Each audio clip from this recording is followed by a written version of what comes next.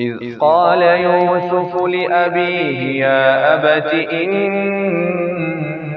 رأيت 11 كوكبا والشمس والقمر رأيتهم لي ساجدين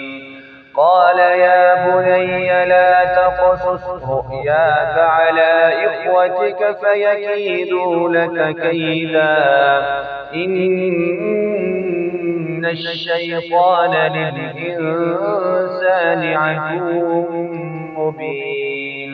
وكذلك يجتبيك ربك ويعلمك من تأويل الأحاديث ويتم نعمته عليك وعلى